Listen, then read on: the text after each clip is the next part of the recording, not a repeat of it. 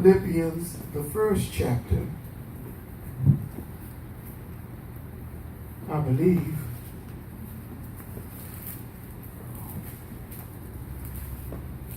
I actually read the first chapter, started with number 3, and read on through. And what struck in my heart was when I read up on what God has begun, He's able to complete that. Where is that, Sister Debbie? Verse 6. Being confident of this very thing, that which hath begun, He hath begun a good work in you, will perform it until the day of Jesus Christ. Being confident of this very thing, that He which hath begun a good work in you will perform it until the day of Jesus Christ. And I am surely confident that it was the Lord that saved you. It was the Lord that brought you out. It's the Lord that's keeping you. Amen. And He's going to complete that He's begun in you. If you just don't give up, if you just hold on, the Lord will complete the good work that He has begun in you. Amen. Somebody shout good work. Good work.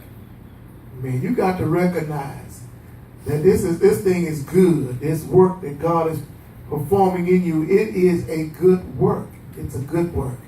Amen. And the master of the good works is going to be able to perform this thing, complete this thing. He's not going to fall short in completing what He has begun in you. Although you're going to go through some trials and some tribulation, you might even fall a few times. But don't give up on God, because He's the one that begun it.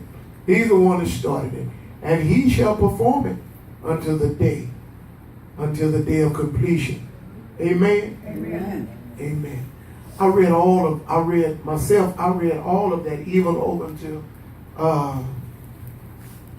the second chapter. So if you want to follow through with that you might have the same confidence that Paul had about you. See, he had that not of himself, but he had it that God had begun a good work in you.